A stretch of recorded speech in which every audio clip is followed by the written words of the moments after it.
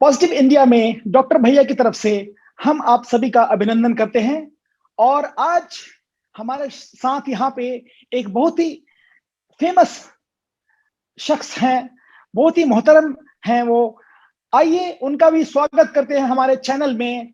हमारे साथ नफीस इदरीसी जी हैं जो कुवैत में ही हैं, और यहाँ पे वो कुवैत से रह के अपनी मातृभूमि के लिए बहुत अच्छे अच्छे कार्य करते हैं और सेवा करते हैं। और यहाँ पे फेमस एंकर भी हैं और वो सोशल एक्टिविस्ट भी हैं।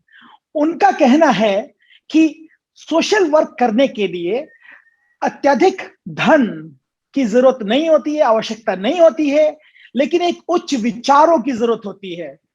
वो उत्तर प्रदेश के रायबरेली जिले से संबंध रखते हैं और यहाँ पे 2009 से कुवैत में आए हुए हैं।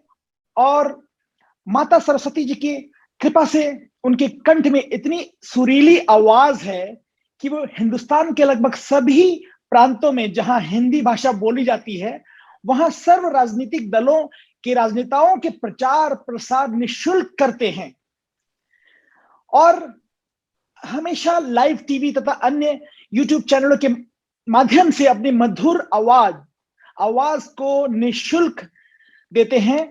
Mother Teresa foundation Uttar Pradesh के प्रवक्ता, किसान कल्याण संघ महाराष्ट्र प्रदेश प्रवक्ता और अपने समाज की सामाजिक संस्था अंजुमन इदरीसी या का राष्ट्रीय प्रवक्ता यूपी एनआरआई फोरम कुवैत में भी काफी ये एक्टिव है।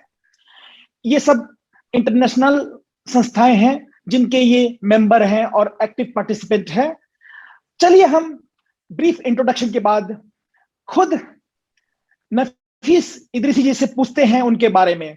नफीस जी, आपका स्वागत है हमारे चैनल में और हम आपका खैर मकदम करते हैं। और आप हमारे दर्शकों को अपने बारे में ब्रीफ में कुछ बताना चाहेंगे? सबसे पहले तो मैं आभार व्यक्त करता हूं डॉक्टर सुमंत मिश्रा जी का, जिनसे मैंने समाज सेवा सीखने की कोशिश की है और प्रयासरत भी रहता हूं। काफी कुछ मुझे सीखने को मिलता है।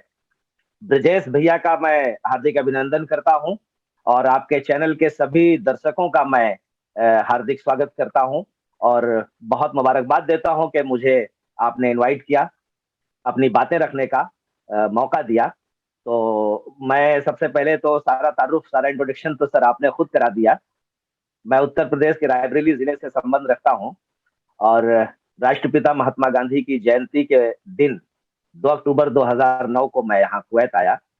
इससे पहले माया नगरी मुंबई में हम रहा करते थे और इदरीसी दर्जी समाज का होने के नाते अपना पुश्तैनी पेशा जो हमारा खानदानी काम है सिलाई का, उसी संबंध से जुड़े रहे हम। और जहां तक समाज सेवा की बात रही डॉक्टर साहब, मैं आपको और दर्शकों को बता दूं कि समाज सेवा सबसे पहले अपने घर से शुरू होती है और समाज सेवा के लिए ये जरूरी नहीं कि आदमी आर्थिक तौर पर मजबूत हो। किसी को अच्छे मशवरे दे देना, अच्छी राय दे देना भी समाज सेवा में गिनती होती है। किसी का अच्छा मार्गदर्शन कर देना भी अच्छी समाज सेवा है। मैं यहाँ भारत की अनेक सामाजिक संस्थाओं से मैं जुड़ा रहा हूं और उनके माध्यम से समाज सेवा करने का सफल प्रयास करता रहा हूं और ईश्वर मुझसे करा भी लेता है। मैं आपको बता दूं कि कोविड-19 के वक्त मैं यहाँ कुवैत में ही था और अभी भी हूं। उसी टाइम पर एमनेस्टी का दौर आया था और साथ में कोविड-19 का प्रकोप जो चल रहा था, इसमें उत्तर भारतीयों के हित में जो संगठित हमारी सामाजिक संस्था यूपी एनआरआई फोरम कुवैत है, जिसके अध्यक्ष हैं डॉक्टर मोहन राम जी, मोहम्मद खलील खान जी उसके उपाध्यक्ष हैं। तो हम लोगों ने मिलकर यहाँ पर न सिर्फ उत्तर भारतीयों की बल्कि मानवता धर्म को निभाते हुए धर्म, जाति, संप्रदाय, देश को दरकिनार करके पीड़ितों की हमने सेवा की और सेवा करने का सफल प्रयास किया। लोगों का सही मार्गदर्शन किया कि वो एमनेस्टी के माध्यम से भारत अपने वतन जा सके। यहाँ पर कई मृत्यु भी हुई, लोगों की जानें भी गई डॉक्टर साहब। तो उनके पार्थिव शरीर को जहां तक संभव हो पाया हमारी सामाजिक संस्था यूपी एनआरआई फोरम कुवैत के माध्यम से हमारे घनिष्ठ मित्र हैं अकील साहब, हबीब इदरीसी साहब, मोहम्मद खलील खान साहब, डॉक्टर मोहन राम जी, हम लोगों ने सफल प्रयास किया। और उसी दौर में जब त्राहिमाम त्राहिमाम हो रहा था भारत के अलग अलग प्रदेशों में, दिल्ली हो, लुधियाना हो, पंजाब हो, मुंबई हो, तो जैसा कि आपने मेरे परिचय में आपने बताया कि मेरे गले में मां सरस्वती वास करती हैं, तो ये हमारे गुरु थे घायल कानपुरी साहब, जिन्होंने हमें बताया था और मुझे नसीहत भी की थी कि अपने कंठ की कभी बोली मत लगाना, इसकी कभी कीमत न लेना। तो सही। स्वास्थ्य विभाग का भी मुझ पर बड़ा एहसान रहा है। डॉक्टर साहब, कोरोना के काल में उत्तर प्रदेश के लगभग ज्यादातर सामुदायिक स्वास्थ्य केंद्रों पर कोरोना से बचाव के हमारी ही आवाज में रिकॉर्डिंग बजाई गई, लगभग 2-3 महीनों तक बजती रही। तो उसका भी एक बहुत अच्छा बेनिफिट गया है लोगों में, एक अच्छा संदेश गया है। और जैसा आपने मेरे परिचय में बताया कि मेरी आवाज मधुर है और मैं सर्व राजनीतिक दलों का निःशुल्क प्रचार करता हूं और मैं अपनी मजदूरी नहीं लेता। लेकिन डॉक्टर साहब, मैं 1 रुपए की जगह 1 लाख रुपए की मजदूरी लेता हूं। वो 1 लाख की मजदूरी मुझे कब मिलती है? जब मैं किसी नेता का प्रचार करता हूं, वो सांसद हो या विधायक, जब वो चुनाव जीत जाता है तब मैं उससे संपर्क करता हूं, और उस क्षेत्र में अगर कोई दलित, शोषित, पीड़ित, वंचित अगर कोई है, उसे किसी चीज की अगर आवश्यकता है, तो वो मैं कराने का निःशुल्क प्रयास करता हूं। अभी कोविड के टाइम पर जब मुंबई में त्राहिमाम त्राहिमाम हो रहा था, तो वहां के एजुकेशन मिनिस्टर है, शिक्षा मंत्री बहन वर्षाताई गायकवाड़ जी, उनसे हमने संपर्क किया। हमारे जिले के और हमारे क्षेत्र के, उत्तर प्रदेश के काफी वहां पर मजदूर तबके के लोग रहते हैं डॉक्टर साहब, तो भूख से त्राहिमाम जी। त्राहिमाम कर रहे थे, बैचलर में रहते, होटलें बंद थी। तब मैंने बहन वर्षाताई गायकवाड़, शिक्षा मंत्री महाराष्ट्र प्रदेश से संपर्क किया, तो उन्होंने मेरे कहने पर, मेरे निवेदन पर, उन्होंने निःशुल्क भंडारा लगाया और 3 महीने तक 2 वक्त का भोजन मजदूरों को, दलितों को, वंचितों को, शोषितों को दिया। तो इस तरीके की हम काबिल तारीफ। नेताओं से मदद ले लेते हैं। बहुत शुक्रिया डॉक्टर साहब, ये हमारी मजदूरी है। मां सरस्वती जो हमारे कंठ में वास करती हैं, वो मजदूरी हमें 1 रुपए की जगह 1 लाख रुपए देती है। ये ईश्वर की बड़ी कृपा है। शुक्रिया डॉक्टर साहब। यहीं पे आपको मैं बताना चाहता हूँ, फिर से हम दर्शकों को बताना चाहते हैं, जैसे आपने बोला एमनेस्टी आया था कुवैत में अप्रैल 2020 में, जब शुरू शुरू में ही कोविड-19 का महामारी का लॉकडाउन स्टार्ट हो गया था। उस टाइम पे आपने काफी कुछ अच्छे अच्छे कार्य किए हैं मजदूरों के लिए भी, और यहाँ पे जो एमनेस्टी में लोग जा रहे थे, और आपने एम्बेसी के साथ मिलके भी काफी अच्छे अच्छे काम किए, सोशल वर्क्स किए। हमारे दर्शकों को ब्रीफ में थोड़ा अवगत कराने की कृपा करेंगे? जी देखिए डॉक्टर साहब, मैं सामाजिक संस्था यूपीएनआरआई फोरम कुवैत के माध्यम से निस्वार्थ जनसेवा कर रहा था।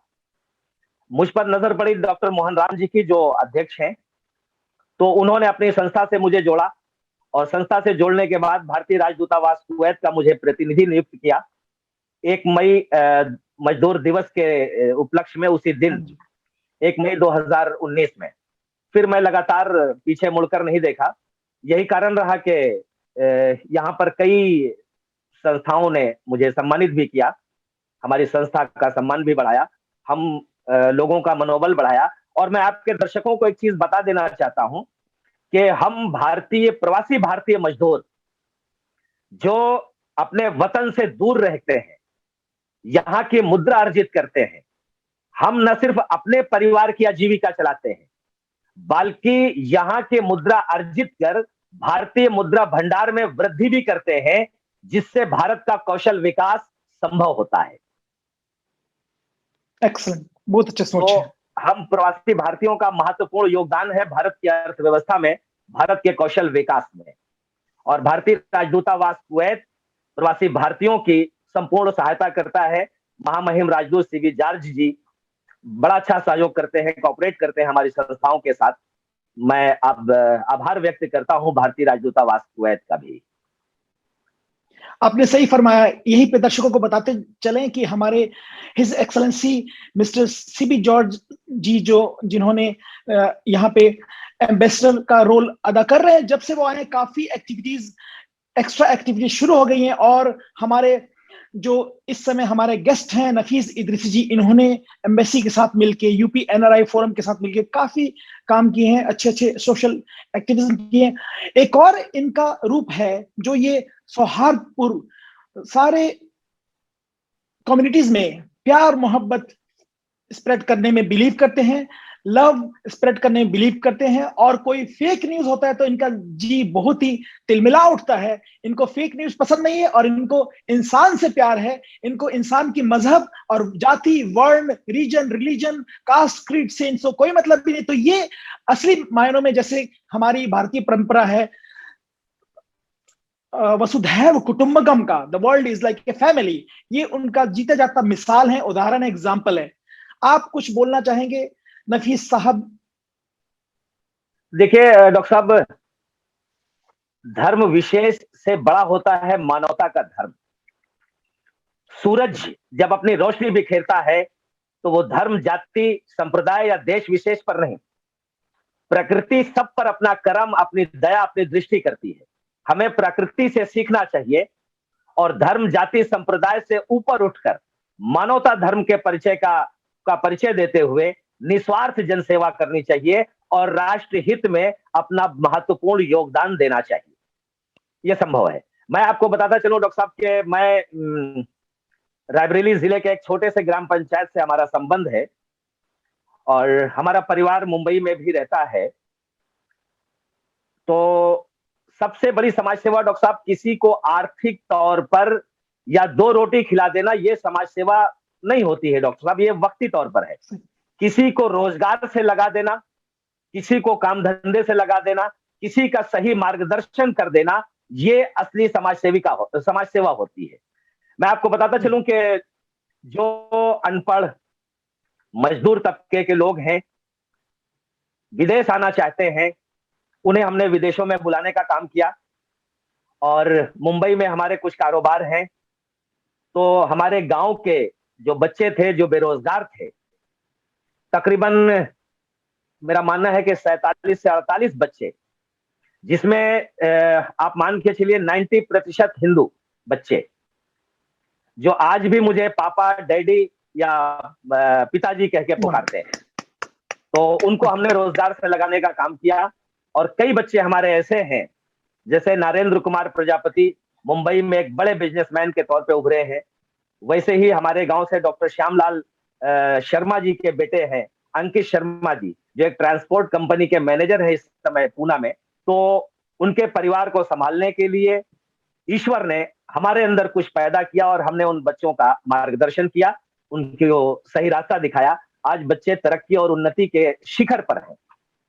तो ये मुझे बड़ा गर्व होता है कि ईश्वर ने मुझे इस लायक बनाया है डॉक्टर साहब। बहुत बहुत सैल्यूटेशन, सलाम है आपके इस जज्बे को, इस जुनून को। रियली अप्रिशिएट जो आपने इतनी हेल्प कर रहे हैं और irrespective of caste, creed, region, religion, आप सबको एक समान रूप से देखते हैं और यही आजकल आज के दौर में बहुत जरूरी है।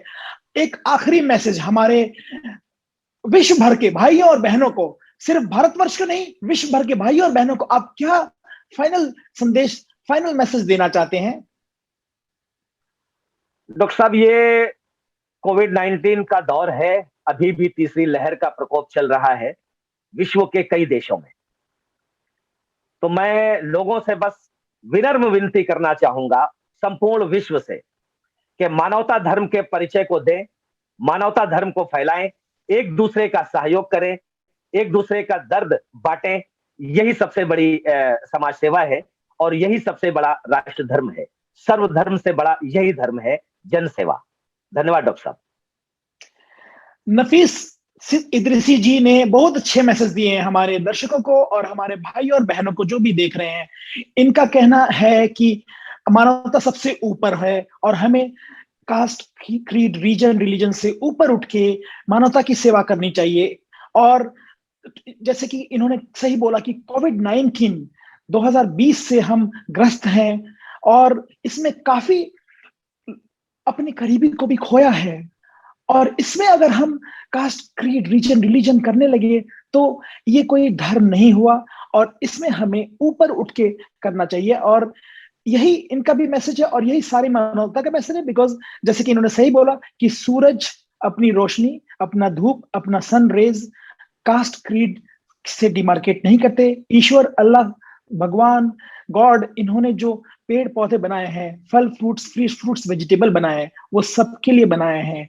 एक महज एक एक समुदाय के लिए नहीं बनाया सिर्फ। तो व्हाई नॉट, कोविड-19 ने ये भी हमें सिखाया है कि united we rise and disunited we fail. अगर हम डिसयूनाइटेड हैं तो फेल करते हैं। हमें एकजुट होना सिखाया है। तो हमारे जो स्पेशल गेस्ट हैं आज, नफीस इदरीसी जी, इन्होंने बहुत अच्छा संदेश दिया है मानवता का। तो आइए हम सब आपसे फिर से रिक्वेस्ट करते हैं, जैसे इन्होंने भी हाथ जोड़ के रिक्वेस्ट किया, हम भी आपसे रिक्वेस्ट करते हैं चैनल के माध्यम से, फेक न्यूज को ना करें, पॉजिटिव न्यूज को स्प्रेड करें, इंसानियत, मानवता, ह्यूमैनिटी को की में लव स्प्रेड करें। ओके, बहुत बहुत शुक्रिया नफीस जी आपका। हम आपसे फिर से बहुत बहुत मिलेंगे। शुक्रिया डॉक्टर सुमंत मिश्रा जी। हम आभार व्यक्त करते हैं सभी दर्शकों का, और आपका भी धन्यवाद, और ब्रजेश कुमार जी का भी बहुत बहुत धन्यवाद, जिन्होंने मुझे इस लायक समझा और यहाँ पर आमंत्रित किया। Love you all.